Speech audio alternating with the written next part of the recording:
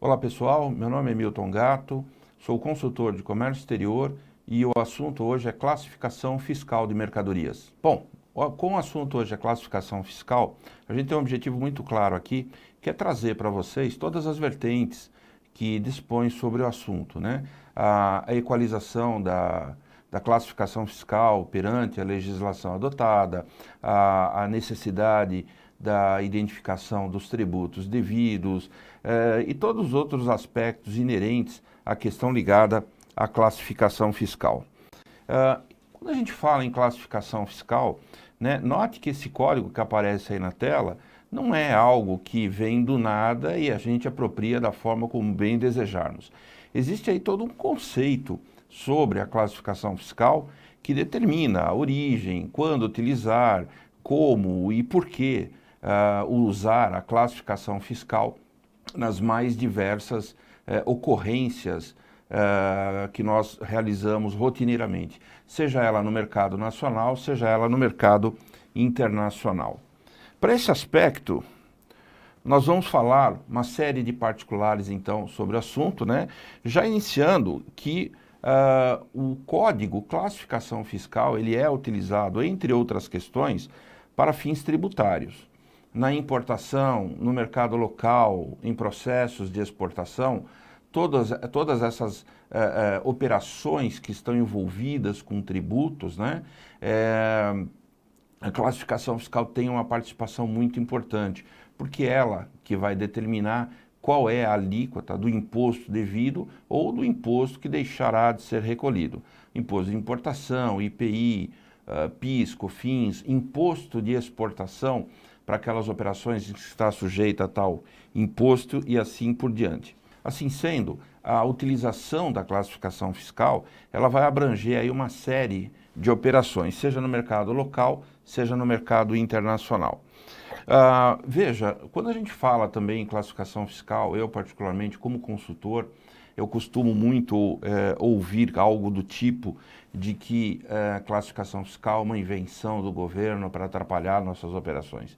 Veja, quando falamos de classificação fiscal, é muito importante ter uma noção de que a base da classificação fiscal, aquilo que nós chamamos de nomenclatura comum do Mercosul, ela tem aí uma sustentação internacional, da qual o Brasil simplesmente acata as determinações oriundas da Organização Mundial do Comércio e assim por diante.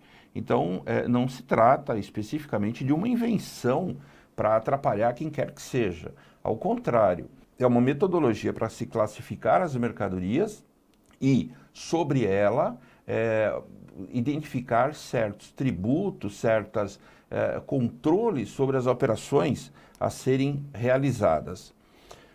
Durante esse nosso treinamento, vamos deixar logo de cara dois conceitos muito importantes, né? Um deles é a nomenclatura, que é aquele sistema para a aplicação das regras necessárias para se classificar uma determinada mercadoria. Enquanto que a classificação é o processo utilizado para a identificação do código numérico. Esses conceitos serão importantes, principalmente lá na frente, quando nós falaremos sobre as regras de classificação fiscal. E antes da gente seguir um pouco mais a fundo no assunto classificação fiscal, vamos aqui gastar um tempinho para derrubar alguns mitos, né? Mitos que a gente vê no mercado local e a gente sabe que isso não é uma verdade, tá? A primeira delas, né, a gente tem visto isso muito dentro das empresas, que se classifica a mercadoria de acordo com o que o seu concorrente está classificando. A preocupação ali, muitas vezes, são questões de ordem tributária, mais principalmente no tocante ao IPI. Então, é adotada uma técnica de classificação, se é que nós podemos chamar de técnica, em que eu classifico os meus produtos tal como o meu concorrente. Ora, veja, o que seu concorrente faz, isso é um problema dele.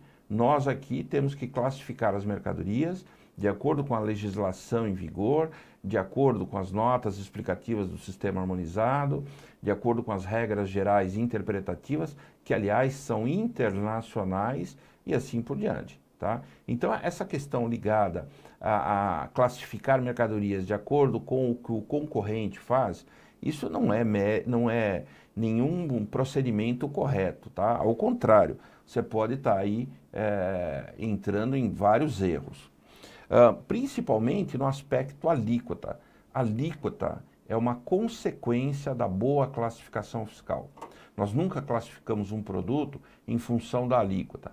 Por exemplo, eu vou classificar o produto pela alíquota a mínima possível em relação ao IPI. Por quê? Eu quero que o meu produto, né, quando ele vá ser vendido no mercado local, eu quero que ele tenha um preço atrativo. Então, eu vou colocar ali o produto numa classificação fiscal em que a alíquota do IPI é bem baixinha. Veja, é o que está escrito aqui no nosso slide. A alíquota é uma consequência da boa classificação fiscal.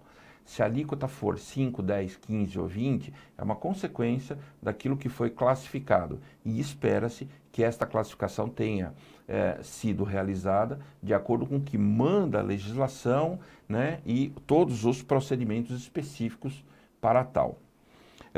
Outro aspecto muito importante quanto à classificação fiscal, existem regras, né? Eu venho falando isso já basicamente desde o início aqui da nossa aula. Existem regras para se classificar a mercadoria. Eu nunca vou classificar com base em achismo. Ah, eu acho que é isso, eu acho que é aquilo, né? Nós vemos rotineiramente dentro das empresas, até adotando procedimentos conservadores, né? Imaginando o seguinte: não, eu vou adotar a classificação fiscal da alíquota mais alta, porque assim o órgão responsável, que no caso é a Receita Federal do Brasil, não vai me importunar, porque afinal de contas eu estou pagando mais imposto do que seria devido, né? Veja, isso não é técnica de classificação fiscal, isso não tem absolutamente nada a ver. Tá? Como foi falado anteriormente, a classificação acaba por determinar a alíquota e, consequentemente, aquele imposto que deve ser pago. Então, vamos esquecer essa questão ligada a achismo. Outro aspecto, né, quando nós temos produtos misturados, os famosos conjuntos, ou mais famosos ainda, os kits. Como é que eu classifico a união de 2 ou 3 produtos diferentes entre si? Eu classifico por aquele que identifica o preço mais alto, ou eu classifico por aquele cuja alíquota do IPI ou do imposto de importação é a mais alta? Nada disso, nenhuma forma nem outra. A classificação fiscal de produtos reunidos na forma de conjuntos, de kits, atendem regras específicas.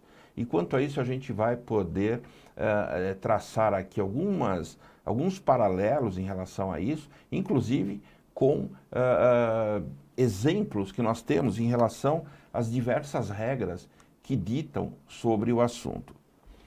Muita gente pergunta, né, quem é que deve fazer a classificação fiscal? Veja bem, de acordo com a legislação brasileira, quem classifica é o importador que realiza importação, é o exportador que realiza exportação e é o fabricante que eventualmente está comercializando o seu produto no território nacional. Isso faz com que os profissionais que atuem nessas empresas, importando, exportando, vendendo no mercado local, tenham conhecimento das normas relativas à classificação fiscal e, obviamente, estejam preparados para adotar as classificações fiscais corretas. E aí, utilizando, né, das ferramentas oficiais, como uma tarifa externa comum ou uma TIP, que basicamente é a mesma coisa. A tarifa externa comum, ela identifica as alíquotas do imposto de importação, a TIP identifica as alíquotas do IPI. Porém, ambas possuem uma sinergia que é a classificação fiscal. A classificação fiscal é a mesma, inclusive no tocante à descrição dos produtos. Também se basear nas notas explicativas do sistema harmonizado, nos diversos pareceres e de consulta publicados no Diário Oficial da União por parte da Receita Federal. Enfim, existe aí uma infinidade de suporte que pode lhe prestar aí um bom serviço para adotar a correta classificação fiscal. Então veja, a classificação fiscal ela é importante não apenas para identificar os tributos, mas também as questões ligadas a normas administrativas que eventualmente são aplicadas em importação e exportação, controles estatísticos, né? Inclusive o ICMS, que é competência estadual, também faz o uso da classificação fiscal para determinar as mais diversas alíquotas que incidem na importação ou deixam de incidir nas exportações ou ainda que se aplicam às operações que são realizadas no mercado local. Então, como eu havia falado, a classificação fiscal ela acaba trazendo questões de ordem administrativa. Quem faz importação, quem faz exportação, sabe que o órgão que determina as questões de ordem administrativa é a Secretaria do Comércio Exterior. E ali nós teremos questões administrativas que abordarão cotas, autorizações, exame de preços e uma série de outros particulares. Questões fiscais, isso eu já tinha falado. Imposto de importação, imposto de exportação para aqueles produtos que estão sujeitos ao imposto de exportação, IPI, PIS, COFINS, ICMS, como eu já disse anteriormente, as questões ligadas aos acordos comerciais. O Brasil faz parte aí de uma série de acordos de comércio com diversos países. Por exemplo, aqui na América do Sul, nós temos acordos com todos os países. Nós temos o próprio mercado comum do Cone Sul, o Mercosul, do qual se utiliza a NCM, ela é constante para Brasil, Argentina, Paraguai e Uruguai, né? E também se encontra identificadas no Acordo de Complementação Econômica de número 18, esse é o acordo que dispõe sobre o Mercosul, né? E nos mais diversos acordos que nós temos com o Chile, com a Bolívia, com a Comunidade Andina, e assim por diante. Tá? As questões ligadas à defesa comercial, estabelecimento de alíquotas antidumping, as questões ligadas à salvaguarda, ao subsídio, também se utilizam da classificação fiscal para a determinação desses procedimentos. Os dados estatísticos, isso é muito importante, né? Basicamente aí nós temos a origem da nossa balança comercial e no mercado local, todos sabemos, a emissão de notas fiscais também ela é sujeita à identificação da classificação fiscal para os correspondentes produtos que estão sendo objeto de comercialização. Por que o tema ele é importante? Nós podemos identificar a importância do tema basicamente em 3 pilares. Primeiro, o avanço do comércio exterior brasileiro. Na última década, o Brasil nunca exportou e importou tanto quanto este período. A classificação fiscal, uma vez que ela faz parte destas operações, ela é muito importante, então, foi muito importante e continua sendo para o avanço do comércio exterior brasileiro. As questões ligadas ao atual mecanismo de ex-tarifário, né? Ex-tarifário, todos sabemos, é a possibilidade da redução da alíquota do imposto de importação por um prazo de até 2 anos para determinadas máquinas e equipamentos, bens de informática e de telecomunicações, que o governo brasileiro, no caso o governo federal, já elege como passíveis de serem submetidos à redução da alíquota de imposto de importação. Essa identificação que o governo faz é exatamente em cima da classificação fiscal desses produtos. E também as questões ligadas a multas, né, que são aplicáveis pela aplicação de uma classificação fiscal errônea durante o processo. E some-se ainda esses fatores as questões ligadas à emissão de nota fiscal, já a nota fiscal eletrônica, né, que é uma realidade e que depende da classificação fiscal para que ela seja devidamente emitida. Eu chamo atenção, inclusive, para as operações de comércio exterior do artigo 94 do Regulamento Aduaneiro. Regulamento Aduaneiro, nós temos o Decreto 6759, de fevereiro de 2009, ele que regulamenta todas as operações de comércio exterior, exportação e de importação, e ali no artigo 94, nós temos claramente identificado a alíquota aplicável para cálculo do imposto, nesse caso, o imposto de importação, é a correspondente ao posicionamento da mercadoria na tarifa externa comum, na data da ocorrência do fato gerador, uma vez verificada a sua classificação fiscal segundo a nomenclatura comum do Mercosul. Então está aí a legislação já identificando que a alíquota do imposto será aquela compatível com a classificação fiscal do produto que está sendo importado. O regulamento aduaneiro, inclusive, ele dispõe lá no artigo 711 multas relacionadas à má aplicação da classificação fiscal.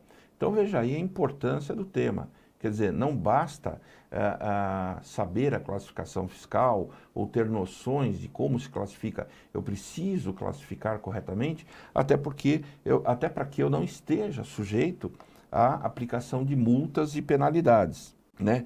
A multa hoje é de 1% sobre o valor da mercadoria e veja, na eventualidade de se classificar um produto de forma incorreta e na ocorrência do fato gerador, né, quando acontece ali na data do registro da declaração de importação, o pagamento do imposto de importação, for recolhido valores inferiores ao que corretamente deveriam ser recolhidos, tá? Nós ainda temos a aplicação de multa, tal como prevista na Lei 9.430, no artigo 44, equivalente a 75% da diferença que deixou de ser recolhida.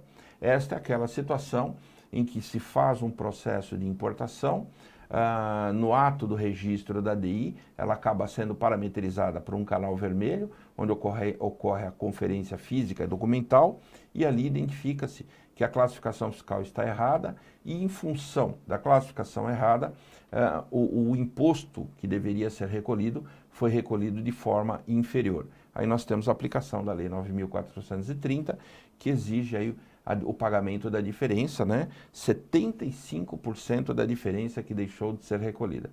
Então veja a questão aonde leva a classificação fiscal, que acaba atrapalhando todas essas questões e gerando custos quando os mesmos não eram esperados.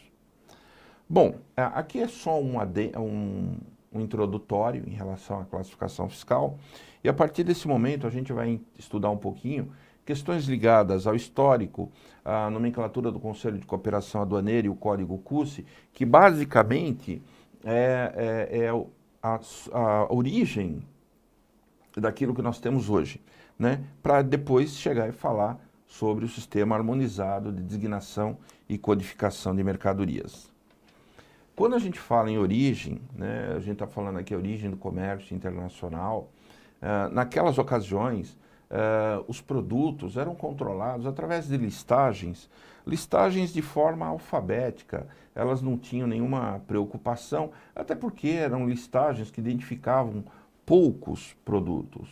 Com a evolução do comércio internacional, houve, obviamente, a necessidade de criar um procedimento para ordenar os produtos dentro das mais diversas listas de negociações, né? E ainda mais, após essa evolução, né, com o passar do tempo, se viu a necessidade da criação de uma classificação que fosse uniforme, que permitisse a chamada linguagem aduaneira comum, que fosse constituída de forma sistemática e que viesse também a facilitar todas as estatísticas do comércio internacional. Quando a gente fala linguagem aduaneira comum, né, nada mais é do que o agrupamento dos produtos em ordem numérica.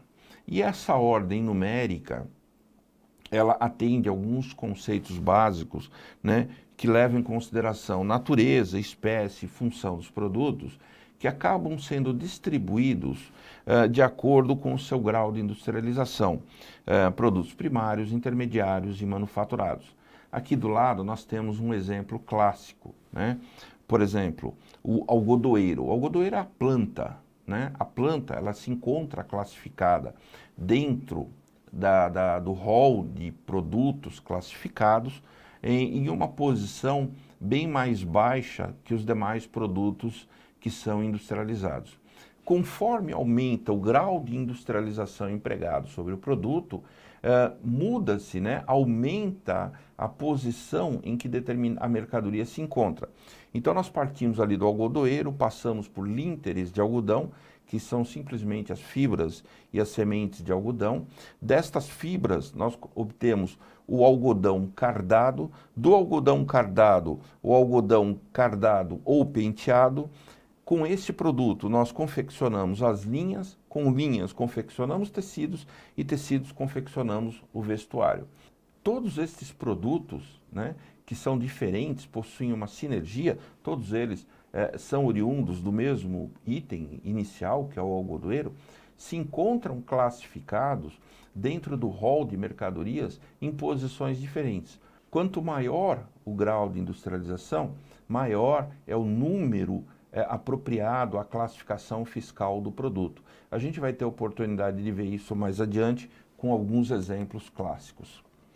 Bom, o assunto ele não começou a ser discutido recentemente. O assunto ele vem sendo discutido já desde 1800, com várias conferências mundiais, né? 1800 já tentando levar o assunto mais a sério, inclusive lá em 1892 já foram discutidas questões ligadas à classificação de produtos para efeito de tarifa. Então são várias conferências mundiais. Em 1913 nós já começamos a ter algo muito parecido daquilo que nós temos hoje, a divisão dos produtos em vários grupos, né? Essa era uma situação de 1913, hoje, obviamente, nós temos uma situação um pouco diferente, mas a base ela é quase que a mesma. E hoje a classificação ela é composta, né, daquilo que já em 1937 já se discutia, posições, capítulos e seções. Dentro desse procedimento de se estabelecer uma classificação fiscal internacional, foram utilizadas nomenclaturas da época. A nomenclatura do Conselho de Cooperação Aduaneira, a NCCA, que era utilizada exclusivamente para fins aduaneiros, e o Código CUSI, a Correlação Uniforme do Comércio Internacional, para obtenção de informações estatísticas. Esses dois códigos, muito embora diferentes um do outro, eles tinham um único vínculo, que era o comércio internacional. Pois bem, em 1970, veja só, o Conselho de Cooperação Aduaneira decidiu estabelecer um grupo de estudos para preparar um sistema de designação e codificação de mercadorias. Esse sistema ele foi aprovado em 1973, trazendo ali o desenvolvimento de um sistema harmonizado. Esse sistema ele foi desenvolvido, então, com as nomenclaturas que foram mencionadas, a NCCA e o Código CUSI, sendo a NCCA utilizada, não somente ela, mas também outras nomenclaturas existentes na época, e a manutenção de um corpo internacional para a sua consecução. Foi assim criado um comitê para preparar o sistema harmonizado, onde participaram diversos países, diferentes organizações. Em 83, o Conselho de Cooperação Aduaneira aprovou o Sistema Harmonizado de Designação e Codificação de Mercadorias. Ele foi emendado em 86 e o seu início foi em 1988. O Brasil, inclusive, entrou nessa mesma situação. Eu lembro disso, eu estava na época já trabalhando com comércio exterior. Uma das apresentações foi feita aqui na cidade de São Paulo, no Teatro Hilton, e lá estavam diversas empresas que queriam saber o que era aquilo, o Sistema Harmonizado de Designação e Codificação de Mercadorias. Vários produtos sofreram modificações para serem realocados nos mais diferentes capítulos, posições, códigos, assim por diante. Este sistema, ele sofreu alterações em 2002, na virada do ano 2006 para 2007, a última alteração 2011 e 2012 e a próxima alteração agora em janeiro de 2017, onde vai haver aí a 5ª alteração do sistema harmonizado. Essa alteração nada mais é do que a realocação de produtos nos mais diferentes capítulos, atendendo inclusive questões de avanço de tecnologia, a invenção de novos produtos e assim por diante. Assim sendo, então o sistema harmonizado, ele acaba sendo um sistema padronizado internacionalmente de codificação e classificação fiscal de produtos, que é utilizado tanto na importação e tanto na exportação. Os produtos são alocados dentro desse rol de mercadorias de acordo com a sua participação humana, ou seja, o grau de industrialização dos produtos. Nós temos hoje, basicamente, são 99 capítulos, sendo que o capítulo 77 ele foi deixado em branco para uma futura utilização, caso seja necessário, e os capítulos 98 e 99, nós não temos nada, destinados à utilização pelo próprio país. Então, resumindo, hoje nós temos uma lista de mercadorias, são classificadas de acordo com os seus capítulos, posições, subposições de primeiro e segundo nível, item, subitem, onde nós temos 99 capítulos e os produtos são alocados dentro dessa relação de acordo com o seu grau de industrialização. Isso então promoveu a classificação fiscal internacional e uniforme. Hoje, todos os países membros da Organização Mundial do Comércio se utilizam do sistema harmonizado como base da sua classificação fiscal. O Brasil usa o sistema harmonizado como base da NCM, da nomenclatura comum do Mercosul. Isso, obviamente, acabou promovendo a chamada linguagem aduaneira comum, a qual foi criada de forma sistemática e também, de quebra, acabou facilitando todas as estatísticas do mercado internacional. A base, nós já falamos isso, foi a NCCA e o Código CUSE, e essa hoje é a estrutura. Nós temos 21 seções, 96 capítulos. 96, porque o 77, 98 e 99, lembram-se que eu falei, não tem nada. Nós temos 1.241 posições. Posições aqui é o conjunto dos 4 primeiros dígitos, 5.019 grupos de mercadoria, contendo 6 regras específicas para a interpretação do sistema. Então, como eu havia falado, o sistema harmonizado é a base da nossa classificação fiscal. Ou seja, os 6 primeiros dígitos do código NCM é o sistema harmonizado de designação e codificação de mercadorias. Então, nós temos os 2 primeiros dígitos como capítulo, que vai de 1 a 99, o segundo par de dígitos é a posição, que vai de 1 a 99, o quinto dígito é a subposição simples, que vai de 1 a 9, e o sexto dígito é a subposição composta, que também vai de 1 a 9. Como essa codificação ela é internacional, isso facilita muito o estudo, a comparação do item classificado aqui no Brasil e nos diversos países do mundo, uma vez que os 6 primeiros dígitos são iguais, né? São comuns a todos esses países. Aqui nós temos o exemplo, né? Dentro desse código 84243010, ele identifica um determinado produto, que aqui no nosso exemplo são as máquinas de aparelho de desobstrução, de tubulação ou de limpeza por jato de água. Então veja que ali nós identificamos os 6 primeiros dígitos, né, como sendo o sistema harmonizado, e vejam ali embaixo, eu trouxe uma tabela da tarifa americana, onde os 6 primeiros dígitos são exatamente os mesmos, inclusive a descrição do produto.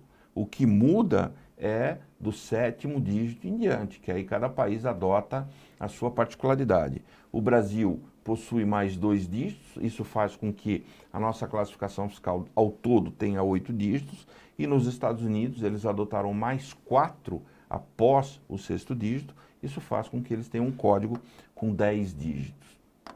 Então, do 7º dígito em diante, não há necessidade de que os produtos sigam a mesma característica. Isso pode e tem diferença, como nós estamos vendo aqui. Porém, até o 6º dígito, eles devem obrigatoriamente serem iguais. Bom, nesse momento em diante, a gente só entender aqui a utilização da NCM e do código NALAD, né, a nomenclatura da Associação Latino-Americana de Integração, que basicamente é aqui os acordos que nós temos no âmbito da América do Sul. Então, Então, quando nós falamos em NCM, na LAD, veja que a sua utilização ela é muito ampla. Ela serve para questões de tributação, questões de emissão dos documentos de importação, documentos de exportação, inclusive os documentos dos acordos internacionais, né, os chamados certificados de origem, que são necessários toda vez que nós fazemos uma importação para a prova do pagamento do imposto de importação inferior ao devido, em função do acordo, ou para o meu cliente, quando nós fazemos a exportação para algum país com o qual nós tenhamos um acordo. A base da NALAD ela é exatamente a mesma da NCM, mudam os dois últimos dígitos, lembrando que não é necessário que NCM e NALAD sejam o mesmo código. Eventualmente pode sim ter uma diferença, mas os 6 primeiros dígitos obrigatoriamente devem ser os mesmos. Tá? Então, como eu já havia falado, a nomenclatura, né, da Associação Latino-Americana de Integração, ela serve exatamente para dar subsídio aos acordos firmados com o Brasil e demais países membros aqui no âmbito da América do Sul. Aqui nós repetimos então a estrutura da NALAD, onde ela tem a mesma característica da NCM, né, com os dois últimos dígitos sendo identificados como desdobramento de primeiro e segundo nível, que pode ir de 1 a 9, de acordo com a mercadoria. Bom, pessoal, esse é o primeiro tópico. A partir desse momento, a gente vai fazer a identificação da classificação fiscal, ou como queiram, do código NCM.